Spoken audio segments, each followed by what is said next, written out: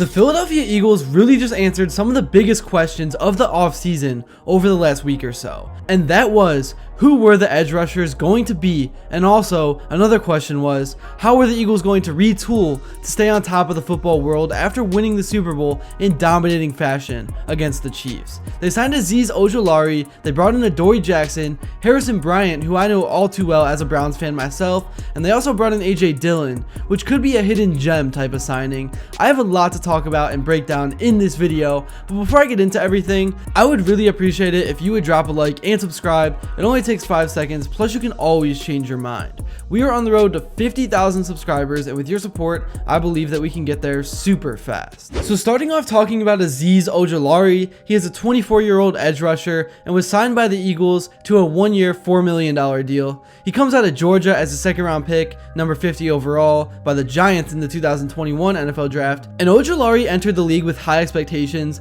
due to his college production and athletic profile. Standing at 6'3" and 240 pounds, he's a lean, explosive pass rusher with the frame to add more mass if needed. Over his 4 seasons with the Giants, from 2021 to 2024, Ojulari played in 46 out of a possible 68 games. He was hampered by injuries that did limit his availability a bit, but despite this, his production when he was on the field was impressive. He's had 22 career sacks, averaging out to about half a sack per game, just a little under that. It's like 0.48 or something. And he's been averaging about 8 sacks over a full 17-game season. His rookie season in 2021 is where he stood out the most. He really showed his immediate impact potential. He had 37 quarterback hits, averaging about 0.8 hits per game across his career. And then in 2024, which was of course his final year with the Giants, obviously, he appeared in 11 games, 5 of those were starts, and he logged 6 sacks and 10 quarterback hits over 392 defensive snaps. That's a sack rate of roughly 1 every 65 snaps and a QB hit rate of 1 every 39 snaps, which is solid efficiency for a rotational player. In terms of his tendencies and skill set that he will be bringing to the Eagles, Ojulari is described as having great speed and an amazing change of direction. And that really makes him a threat when he's unblocked or when he's given space off the edge. And this aligns with his reputation as a pass rush specialist who wins with quickness a lot more than he does with power. His ability to redirect and pursue is particularly valuable against mobile quarterbacks like Lamar Jackson or even Patrick Mahomes, even though he's not like a mobile quarterback, but he gets around and he is just a wizard. Ojulari has a very high knowledge of the game, which definitely comes from the hard work he puts in the film room, and he reads plays well and has a great ability to adapt to offensive schemes. He's really able to just disengage from blocks and sit in gaps. You can see it from the eye test just from watching some of his film, and he forces quarterbacks into tough decisions very often. And Ojulari is flexible too, which makes him super valuable. He can line up as a 5 technique outside the tackle, he can line up as a 7 technique inside the tackle, or 9 technique outside the tight end, which is a significant asset, and this adaptability should allow Vic Fangio to deploy him in various sub packages, which should maximize his explosiveness depending on opposing offensive formations. Also, one more thing, Ojulari has a relentless motor. He doesn't give up on plays, and that's a trait that complements his athletic tools. I think he can use his hustle to turn broken plays into sacks or pressures.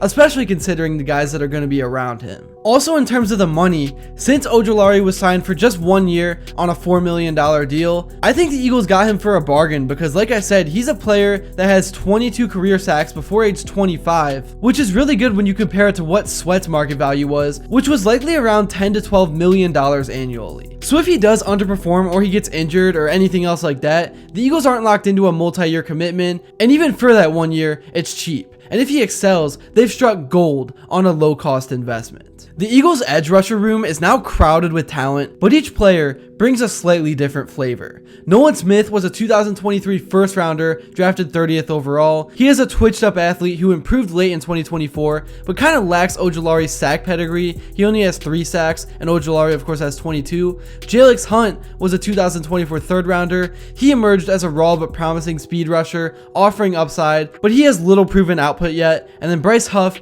he signed in 2024 from the Jets, and he had a 10 sack season in 2023, but struggled with consistency in Philly. But again, it's probably because of all the guys around him. The Eagles also brought in Joshua Uche, who was a free agent this year. I thought that was an underrated move. He had 11.5 sacks in 2022 with the Patriots. That definitely highlighted his potential, but his 2024 output with the Chiefs was modest, to say the least. Alright, now moving on, let's talk about AJ Dillon, because like I said, I thought this signing could be a diamond in the rough type of find. He's a 26-year-old back. He signed on a one-year deal like Ojulari with the Eagles after spending his first 5 NFL seasons with the Packers, and he was selected in the second round, 62nd overall in 2020 during that COVID draft. Actually, maybe that wasn't the COVID draft. My timeline might be a little bit off. I think that was 2021 that I was referring to because it wouldn't have happened back then at the time. Maybe I'm completely off, I don't know. But nonetheless, Dillon is a physically imposing back at 6 feet tall and 247 pounds. His most recent playing season was in 2023, where he had 178 carries for 613 yards and 2 touchdowns.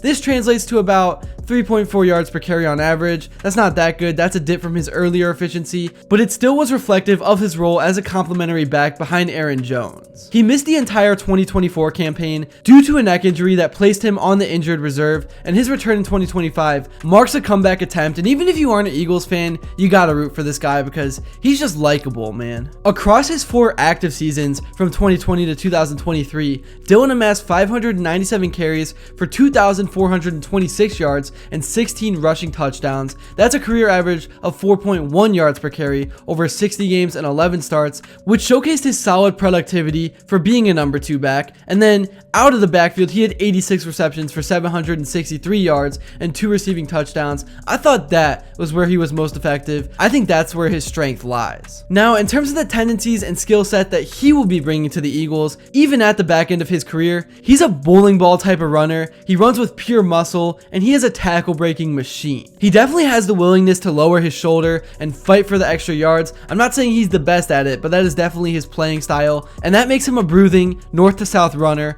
ideal for wearing down defenses, kind of like Najee Harris when he played in Pittsburgh. Now to talk about the final player that I want to cover for this video, let's talk about Adoree Jackson. Adoree Jackson's a 29-year-old cornerback. He signed on a one-year deal as well with the Eagles, and he spent the last 4 seasons from 2021 to 2024 with the Giants, and he was drafted 18th overall by the Tennessee Titans in 2017 out of USC, where he won the Jim Thorpe Award as the nation's top defensive back in 2016. Jackson brings 8 years of NFL experience, standing at 5'11" and 185 pounds. He's a lean, agile defender with a track record of durability and also versatility. In his final season with the Giants, Jackson played 14 games, including 5 starts, and he had 28 tackles, 18 of those were solo. Those definitely aren't numbers that like jump out at you. Really, he was just a rotational guy, but still, he was effective and engaged when he did play. And he had 5 pass deflections, 1 forced fumble, and 1 fumble recovery, and these stats highlight his knack for disrupting plays, even in limited snaps, as I mentioned. He also ranked 9th amongst NFL corners in run defense, so I think that is going to be huge, and that is elite for being a corner. And his signing is what I like to call a Howie Roseman special, a low risk, high reward type of acquisition. Jackson's ceiling with the Eagles definitely depends on what his role is and staying healthy. He hasn't played a full season since 2018, but playing 14 games in 2024 definitely shows that he has enough durability. I mean, 14 games is probably what you're gonna see out of an average player anyways. That's not bad at all. I don't even know why I brought that up actually. But yeah, I kind of just wanted to ramble a bit and talk about those signings and what my thoughts were. Let me know in the comments below what you've thought about what the Eagles have done so far this offseason. I know all you fans are coming off a Super Bowl. I'm jealous as a Browns fan, so right now it doesn't really matter. You all are still celebrating, but still, you always want to see your team come out strong after a Super Bowl and try to go for a repeat, and I think the Eagles are well on their way. That's really all I have to say for this video. Thank you all so much if you made it to this point, and if you enjoyed and haven't yet, please be sure to drop a like and subscribe because your support truly does mean the world. And also, let me know what you'd like to see next, and until then, I will see you all later.